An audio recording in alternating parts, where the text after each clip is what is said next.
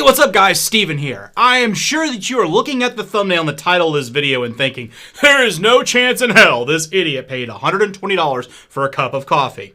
And you would be only partially correct. I actually paid $5.55. But hold on, before you click away saying, "This guy lied to me, unlike, unsubscribe," allow me to explain how this cup of coffee did actually cost me $120.57 and why buying expensive coffee shop coffee keeps you poor.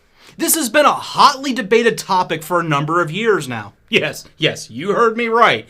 The daily coffee habits are actually being debated and studied by economists.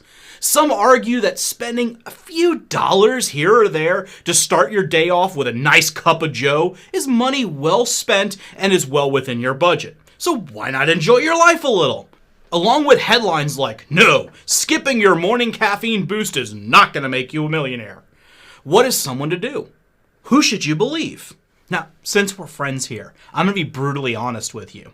The secret that the top 1% does not want you to know, and this one single piece of information separates the haves from the have-nots, the lotto ticket buying crowd that are hoping that they're going to strike it rich one day versus the 1% that is already rich. Sorry to be blunt, but this video is only for the people that want to escape the rat race of living paycheck to paycheck. So what exactly is the secret? Hello and welcome to Steven Carlson Show. I'm Steven Carlson. I'm a tech entrepreneur, real estate investor, author, YouTuber, and volunteer paramedic.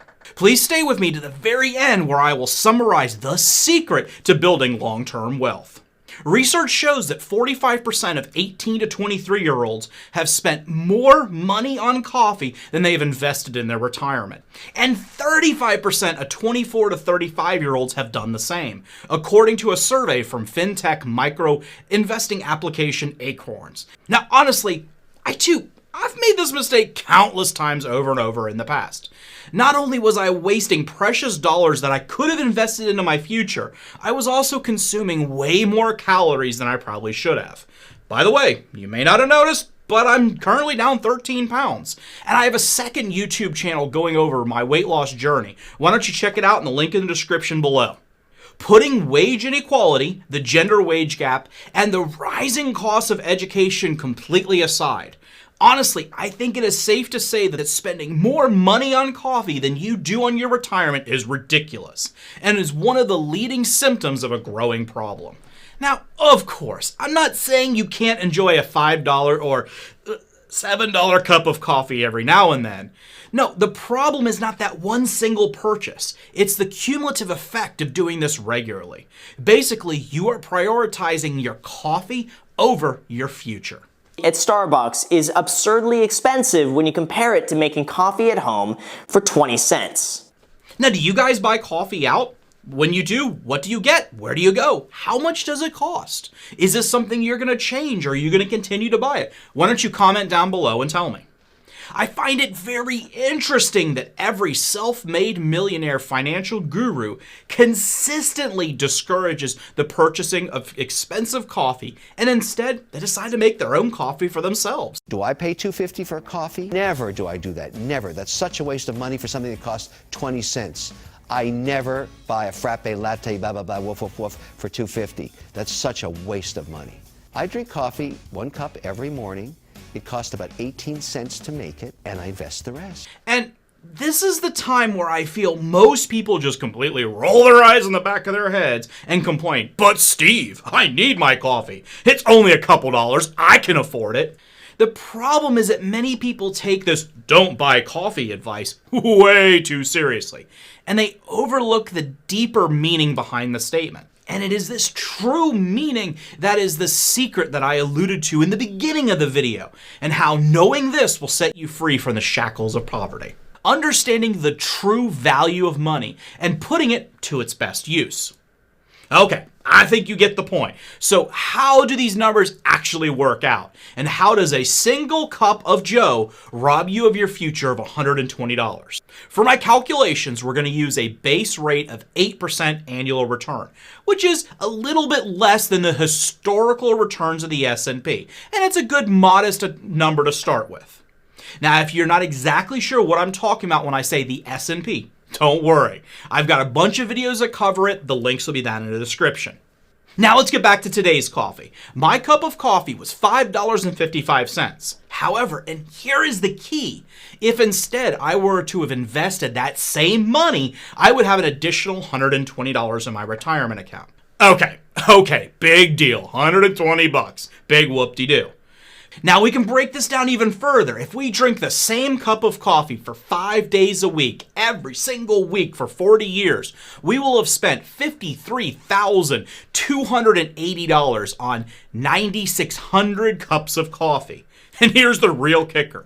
Instead of wasting that $50,000 on coffee, instead, if we had invested that in the S&P, we would have $345,000. You could take this one step further, and even worse, if you purchase a cup of coffee for a friend or a spouse, as I did here, my total today was actually $11.79.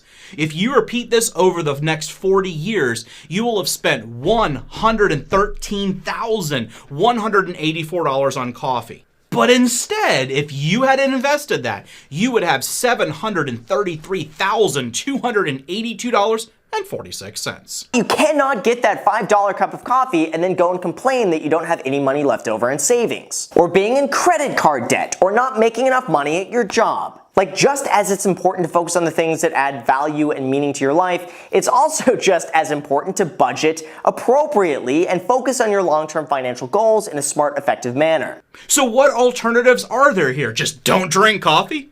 Hell no! Remember, coffee is the elixir of the gods. And you can find other cost-effective ways of having equally good, or in my opinion, even better tasting coffee at home for a fraction of the cost. You can go all the way to the extreme, like Graham Stephan does, and have his famous 20-cent cup of iced coffee every morning. Or you can do as I do most of the time, and I purchase a 48-ounce Stoke coffee for $6 at the local grocery store. I keep that in my fridge, and it lasts me almost a week.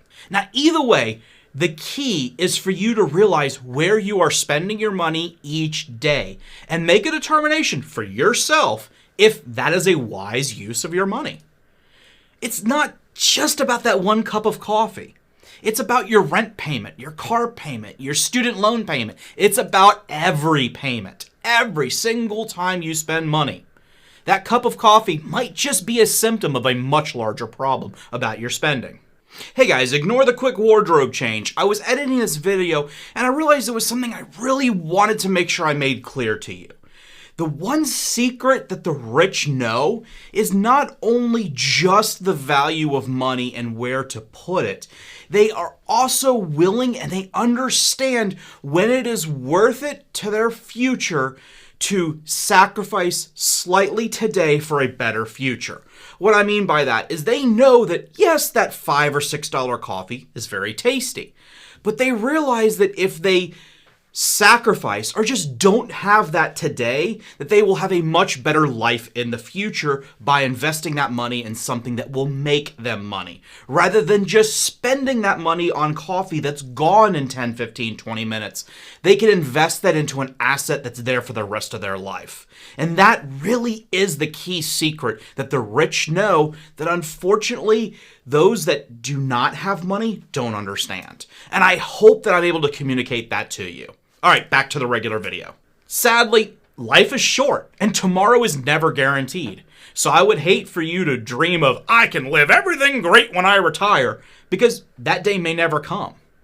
Of course, that being said, the Center for Disease Control and Prevention does state that the average millennial should live to 78.6 years of age.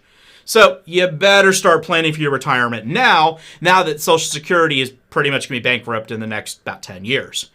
So investing in your Roth IRA can mean the difference of living a comfortable life in retirement or struggling in poverty. So in summary, if you take that $5 or $10 or whatever you spend on your daily coffee and eating out, and instead invest that into your future, you will have a much more likely chance of having an amazing retirement. I have multiple great videos that cover how to set up your accounts, including one that shows you how to open your first brokerage account and put it entirely on autopilot. The link will be in the description and in the card above. You should also check out my many videos on Roth IRAs and how you should use a tax advantage account for your tax-free living in your retirement years. Thank you very much for watching. I really hope you enjoyed it. Please make sure you share this video with your friends. Doing so really helps to promote this channel, and it's something I appreciate. Thanks, and I'll see you on the next one.